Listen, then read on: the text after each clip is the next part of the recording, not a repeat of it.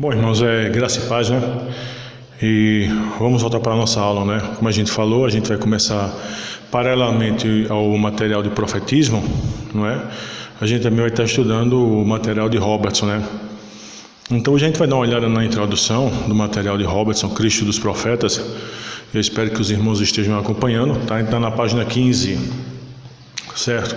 Então Robertson começa a dizer da seguinte forma: alguma coisa levou os profetas de Deus a escrever. Quando acabaram de fazê-lo, tinham produzido um acervo literário sem paralelo na história humana. Nada antes nem depois dele se iguala à obra literária produzida pelos profetas de Israel. Aí ele faz a pergunta: mas o que levou os profetas a produzirem essa obra singular de escritos? Bom, a gente já viu na aula passada que para poder ser profeta verdadeiro do Senhor, nós tínhamos três características, né? Primeiro, nascer em Israel, ou seja, nascer dentro da comunidade pactual. Segundo, ter um sinal evidente, incontestável, de que fora chamado por Deus. E terceiro, fidelidade à aliança. Tá? Então, o que distinguia basicamente o falso profeta do verdadeiro profeta nascido em Israel, de forma concreta, era a fidelidade à aliança. A gente pode ver, por exemplo, falsos profetas nascidos em Israel, por exemplo, em Judá, propriamente dito, né? O que Jeremias confronta. Ele era judeu, obviamente ele dizia que tinha recebido um chamado inequívoco. Isso era de caráter muito subjetivo. Agora, fidelidade à aliança. Esse é o toque, né, do verdadeiro profeta, a fidelidade à aliança. Então, quando a gente observa aqui a pergunta, né, que a gente pode responder: alguma coisa levou os profetas de Deus a escrever. Qual coisa foi essa?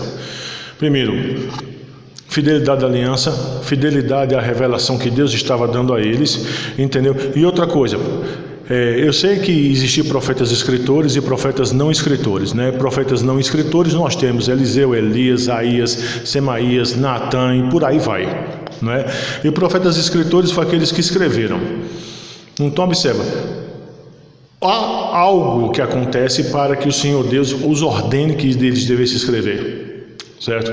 Isso era o quê? Para ficar registrado. E é interessante que o mais importante não é nem tanto a necessidade de escrituração da fala. O interessante é a fidelidade, a continuidade e a não contradição dessa escrituração. O que é que eu quero dizer por isso? Por exemplo, você pega um determinado profeta, por ele estar de acordo com os preceitos da aliança, certo? Ele não vai de encontro a outro profeta verdadeiro que também estará de acordo com os preceitos da aliança. Então isso aqui é importante, tá? Porque você vai ter a ideia do profeta que é fiel à aliança, a ideia do profeta que recebe o oráculo de Deus, e ao receber esse oráculo de Deus, ele é fiel à transmissão desse oráculo, mesmo que isso lhe custe a vida, como a gente já sabe que alguns profetas de Deus não tiveram vida fácil, certo? Afrontaram reis, afrontaram N coisas. Tá? Então, essa fidelidade à aliança, essa consciência que eram porta-vozes, certo? Mensageiros da parte de Deus, até porque eles tinham um sinal de forma inequívoca que tinham sido chamados para Deus para isso. É verdade que muitos deles, entendeu? O feito Jeremias, por exemplo, quis que isso fosse retirado dele. Eu acho que quem de fato e de verdade, sendo verdadeiramente um pastor, um dia não pensou e disse: meu Deus, por que o Senhor me chamou para isso? Não é? Em momentos de angústia, em momentos de tristeza, quem nunca pensou em desistir? Entretanto, o chamado de Deus é irrevogável, não é? Aquele que Deus chamou para pregar a sua palavra é chamado irrevogável. A pessoa pode até ficar triste, pode ficar desestimulado, pode até tentar fugir, feito Jonas tentou fugir. Mas quando Deus chama, e o cara tenta fugir, Deus vai atrás do cara e pega o cara e traz o cara de volta. O que Jonas sentiu isso na pele, Jeremias vai dizer que tu me vencestes. Então essa fidelidade é o que leva a escrever, fidelidade à aliança e essa coerência na mensagem transmitida, né, por causa da aliança. E Robertson percebe isso perfeitamente, né, que quando eles acabaram de produzir o acervo, sem paralelo na história humana, entendeu? Nada antes nem depois dele se iguala à obra literária produzida pelos profetas de Israel. E por quê? Porque esses profetas não falam dele mesmo. Entendeu? Por exemplo, o espantoso na escritura é isso: você tem um livro, entendeu, de milhares de anos, certo? Muito tempo mesmo, cerca de 40 escritores, e você vê uma continuidade. Aquilo que os críticos dizem que é impossível perceber uma teologia única, e sim várias teologias contraditórias, é porque eles se esquecem ou eles não querem admitir o conceito da revelação da teologia bíblica, né? Que é a revelação progressiva, orgânica, histórica e adaptável da graça de Deus. Entendeu? Então, observe, por ser história, Deus dá na história, orgânica, ou seja, essa igreja que é o receptáculo dessa mensagem é um organismo vivo, e como é um organismo vivo, a palavra de Deus sempre vai ser adaptada à realidade que eles estão vivendo, mas essa adaptação não nega o conceito da aliança, já que Deus não se relaciona com o seu povo a não ser debaixo de uma aliança, certo? Então, quando eles transmitem a palavra de Yahvé da forma correta, compreende? O Senhor Deus honra isso. A sua palavra não é contraditória, porque tem um fio condutor, aliança. Por exemplo, falsas profecias, mesmo ditas por profetas que nasceram em Israel ou Judá, certo? E que se dizem que tem um sinal inequívoco do chamado de Deus. Mas essas falsas profecias eram caracterizadas por coisas que destoavam da aliança. Por exemplo, o povo está desobedecendo a aliança, jamais viria um oráculo de salvação. Poderia até vir depois do oráculo de juízo, ou seja, a ideia seria, Deus vai visitar vocês, Deus vai fazer isso com vocês, agora posteriormente, depois, o Senhor usará de misericórdia e vai trazer vocês de volta. Mas nunca você vai ter essa ideia de o povo desobedecendo, no oráculo de salvação, o povo desobedecendo e bora ter bênção, isso não vai acontecer, como foi lá no caso daquele profeta lá que Jeremias peitou. Que ele dizia, não, ninguém vai ser levado lá para o desterro da Babilônia não. Como não vai ser levado? O povo estava desobedecendo. O reino do norte já tinha sido levado. O reino do sul acompanha o mesmo ritmo. Entendeu? Como não ia ser levado? Como não teria as maldições da aliança? Lá de Levítico 26, Deuteronômio, entendeu? 27, 28. Como não teria? Não é isso? É óbvio que teria. Certo? É óbvio que teria isso aí. Então, pessoal, irmãos, deixa eu só ver aqui o texto da Escritura. Não é para a gente averiguar aqui.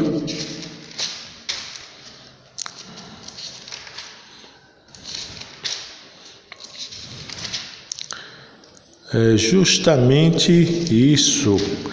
Deuteronômio 27. Fui conferir Deuteronômio 28, tá? Então, observa. Roberts continua da seguinte forma: por muitos anos o criticismo bíblico afirmou que os profetas originalmente entregaram suas mensagens unicamente em forma oral, como proclamações curtas e abruptas.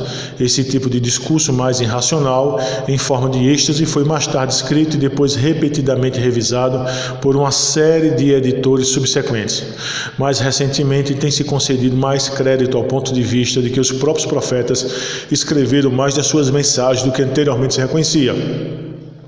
Obviamente, qualquer que seja a perspectiva, é preciso reconhecer que alguém em algum momento na história de Israel escreveu uma grande quantidade de material que se tornou conhecido como profético. Ok?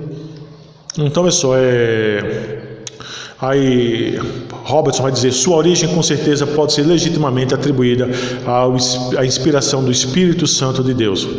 E é óbvio, né? Como eu já falei, a mensagem provém de Deus, certo? E pelo fato da mensagem prover de Deus e ter uma certa coerência com aquilo que é apresentado, certo? Então essa coerência com aquilo que é apresentado é por causa da aliança. Então a gente tem um fio condutor aqui.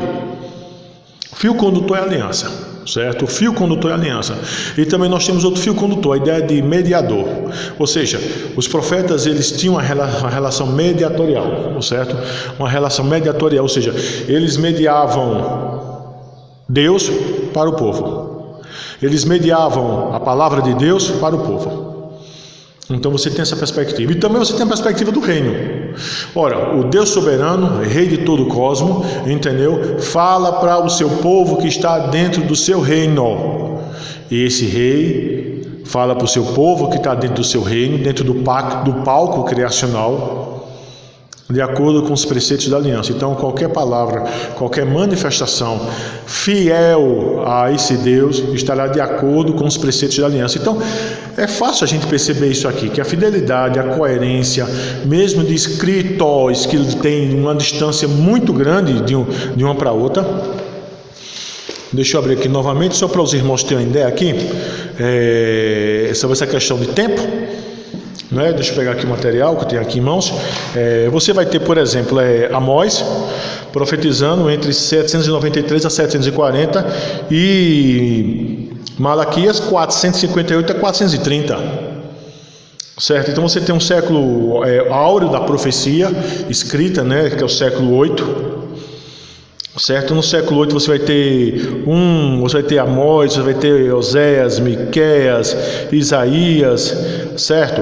Aí depois vai entrar pelo século 7, Naum, Sofonias, Jeremias, Abacuque. Depois do século 6, Ezequiel, Obadias, Ageu, Zacarias e por aí vai. Então a pergunta é, o que é que faz com que essa palavra seja coerente? E aqui a gente tem que entender o conceito de teologia deuteronomista, certo? Que observa tanto na teologia deuteronomista, que vai entrar aí os profetas anteriores, como os irmãos já sabem, Josué, Juízes, os 2 reis e os 2 Samuel. Aí eu inverti, os 2 reis vêm depois dos 2 Samuel, obviamente. A teologia deuteronomista, como também a história do cronista, os 2 crônicas, Esdras e Neemias. O pano de fundo, o que subjaz aqui, dentro dessa macroestrutura, profetas anteriores, profetas posteriores, entendeu? Profetas posteriores, que fazem parte desse período, que o Reis cobre, que Crônicas cobre, Esdras e Neemias cobre, certo? Mas há uma fidelidade ao Código da Aliança. E obviamente, por que essa fidelidade? Por causa do Espírito Santo que está os guiando, E aqui Roberts vai dar um exemplo sobre a visão arrebatadora de Isaías, do Senhor, no alto sublime trono, com serafins cobrindo o rosto e os pés, enquanto voavam. A profecia de Joel, por exemplo, de que nos últimos dias Deus derramaria seu Espírito sobre toda a carne, de tal forma que homens e mulheres, jovens e velhos, teriam visões e sonhos. Que observa, isso é dito, em determinado período, segundo alguns de 700 para 800 anos antes do Senhor, e vai se cumprir lá no dia de Pentecostes. Atos 2, e Pedro é bem enfático, o que ocorre é o que fora dito por intermédio do profeta, certo? Joel. Aí também Roberts vai falar sobre a descrição que Ezequiel faz do vale dos ossos secos, com a pergunta desafiadora que apela à sua fé: Filho do homem, pode reviver esses ossos? Essas palavras, essas visões, centenas de passagens como essas em toda parte nos profetas, não são produto normal de escritos humanos que facilmente podem ser imitados. Não são. Certo? Todo leitor imparcial recebe deles a sensação de que essas palavras são de fato sobrenaturais. E aquela questão, quando você vai para a linha contínua, porque é importante se dizer isso, mesmo no chamado período de silêncio, apesar que você não teve revelação, não teve profeta, revelação, mas ali você continua tendo o desenvolvimento da teologia bíblica, ou seja, pega os 2 Macabeus, você tinha consciência que tudo que estava acontecendo com eles era porque eles tinham quebrado a aliança.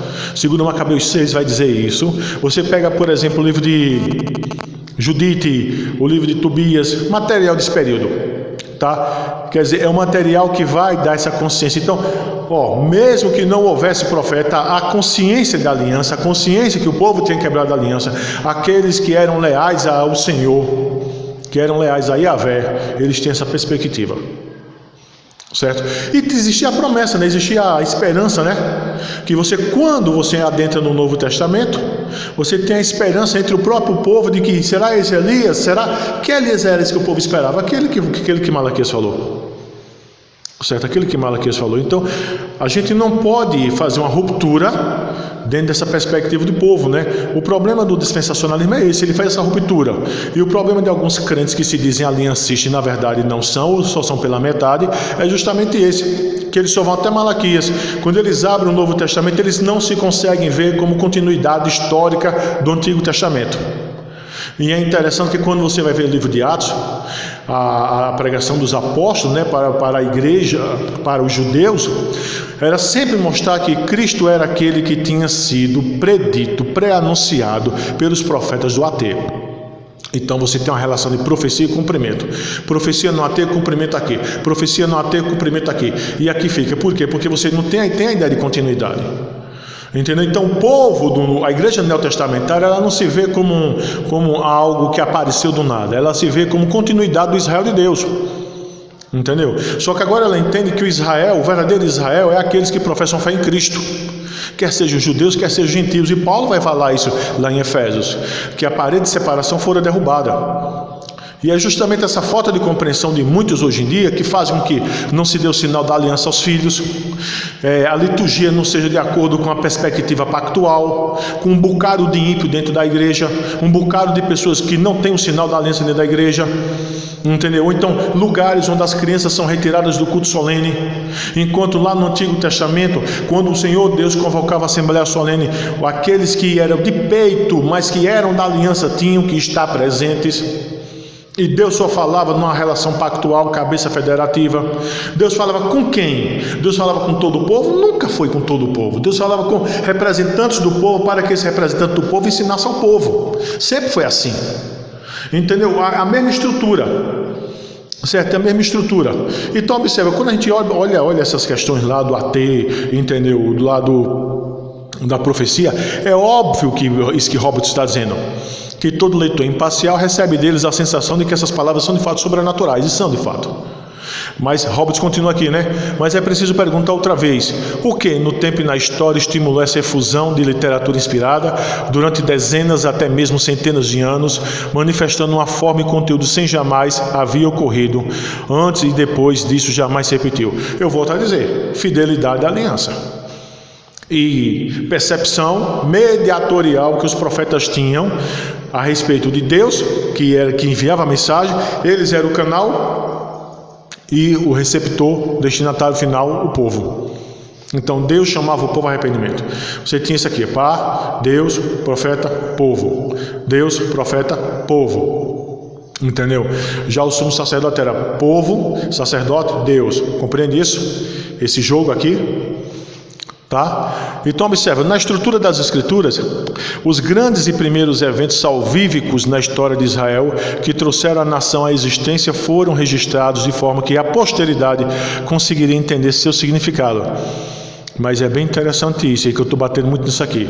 O entendimento desse significado, o entendimento desses escritos está relacionado à compreensão da aliança.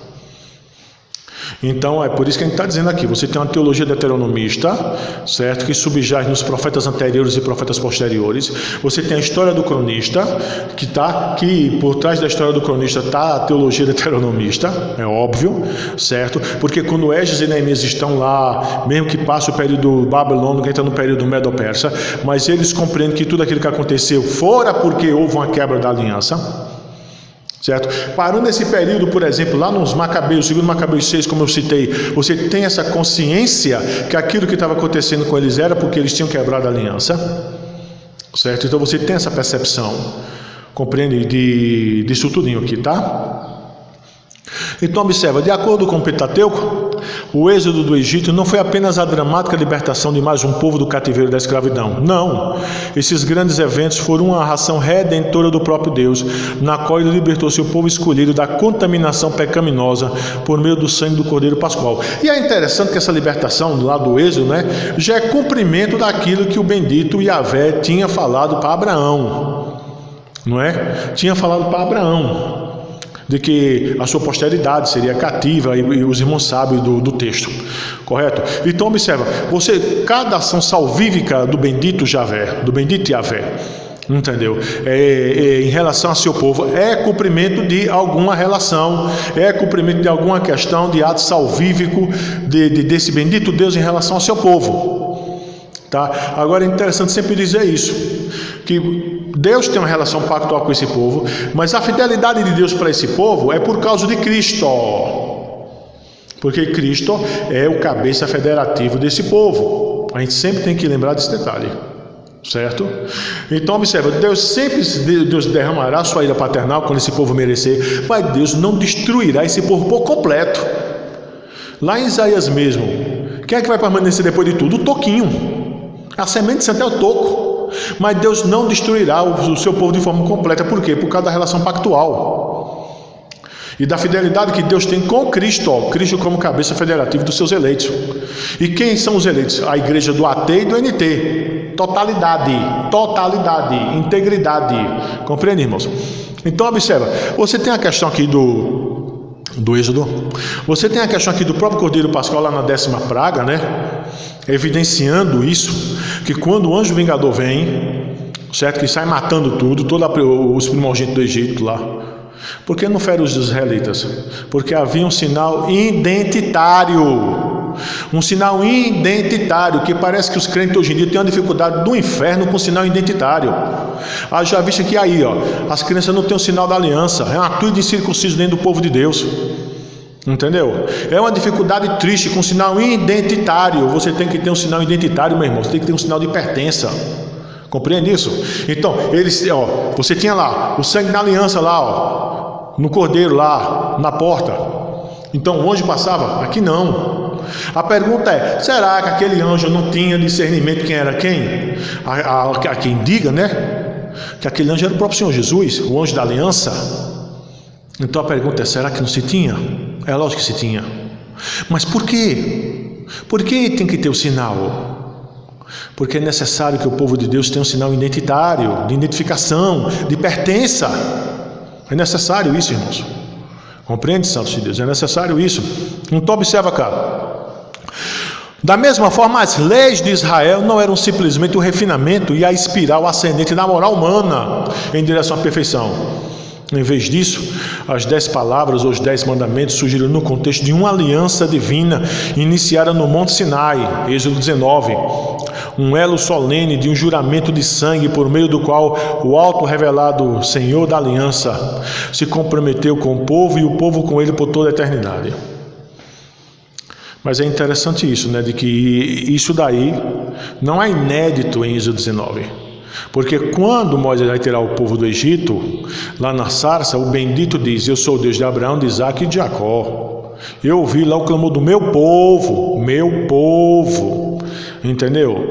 E aquela questão, quando você vê lá, quando Jacó sobe com o pessoal todinho lá para o Egito, na época de José, não é? Observa, José diz, quando saíres daqui me leva, entendeu? Quer dizer, existia a esperança da saída. Existia o conhecimento daquilo que o Senhor Deus tinha dito para Abraão.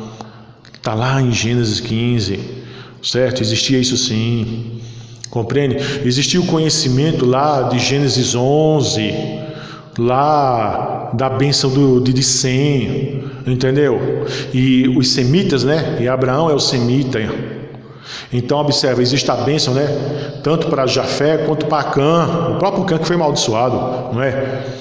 Que um descendente de Sem, no caso Abraão, e por consequente, né, o Senhor Jesus, como Paulo vai fazer a leitura, né, lá em Gálatas, né, referindo-se que o descendente de Abraão é Cristo, entendeu? Como protótipo, entendeu? Existe um termozinho, né, que é a teologia do agrupamento, né? Eu vou dizer esse termo aqui, aonde você tem vários agrupados dentro de uma cabeça federal. Entendeu? Então Cristo cumpre, então todos ganham a bênção do cumprimento da lei de Cristo. Você tem essa relação, né? Da corporatividade, né? Entendeu? Você vai ter isso, por exemplo, lá em Acã, por exemplo, todo mundo sabe, entendeu? Acã faz errado, mas quando o Senhor Deus vai meter, não é, castigo no povo, não é somente Acã que vai, todo o povo vai. E Josué pergunta, meu Deus, o que está acontecendo?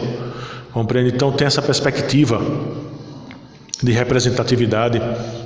Então observe, irmão, estes atos de Deus poderosos, informativos em favor do seu escolhido povo da aliança foram cuidadosamente registrados e seu permanente significado foi preservado por escrito para as gerações vindouras. Tá? E a pergunta é, por que foi preservado para as gerações vindouras?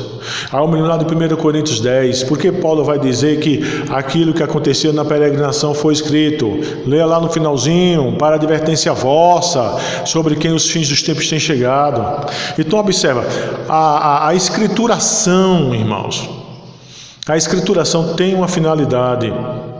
Aí Robertson continuará, né? Consequentemente, todas as eras futuras têm condição de confirmar por si mesmo o intento de Deus ao formar esse povo no decorrer da história humana e juntar-se com Israel na aliança que intencionava fazer deles uma bênção a todas as nações do mundo. Então vamos lá. Eu sou a igreja, eu não surjo de paraquedas na história, eu sou continuidade de um projeto de Deus, certo? Estabelecido na eternidade, correto? Onde Deus chamará o seu povo, onde Deus agregará seu povo, certo? Observa, a estrutura da aliança continua, os sinais da aliança continuam, certo? Então observa, eu preciso me ver. E Paulo vai dizer isso lá em Gálatas, irmão, que quem são os filhos de Abraão? Os filhos da fé. Paulo vai dar continuidade histórica. Paulo diz, ó, ainda hoje existem os filhos de Abraão, é os da fé. Todo aquele que professa Cristo, todo aquele que tem um sinal de pertença. Entendeu, irmãos? Então, queridos, vamos refletir um pouquinho sobre isso, né? A gente vai parar aqui e a gente vai dando continuidade, né, na nossa próxima aula. Os irmãos observam aí onde nós paramos, não é? A gente vai estar vendo essa questão toda, entendeu? Aí vai estar dando estudada nesse material de Robertson, juntamente com o material do profetismo, certo? Os dois juntos, tá bom, irmãos? Que o Senhor Deus os abençoe. Assistam a live, vejam aí a aula e façam as leituras, né? A gente tem muita coisa, os irmãos têm muita coisa para ler até o final desse semestre. Aqueles que já adiantaram leitura, os irmãos têm aí a lista de leitura, né? Que é justamente as 3 obras de Gröning, Criação e Consumação 1, 2, 3, Revelação Messiânica de Gröning, Cristo dos Pactos, Cristo dos Profetas de Robertson, o material lá de Bruce, entendeu? Teologia do AT de Bruce, a Teologia do AT de Kaiser, certo? E a Teologia do AT do Ecrodit, não é? Fora o livrozinho sobre história deuteronomista, cronista, o livrozinho que eu me esqueci da Aliança, e também os 4 vídeo-aula de Robertson. Então todo esse material, certo? Esses livros, essas teologias têm que ser lidas. Alguns já adiantaram a leitura, aqueles que não adiantaram a leitura, agilize o meio de campo aí para a gente fechar, tá bom, irmãos? Então que Deus abençoe vocês aí e até a próxima aula nossa.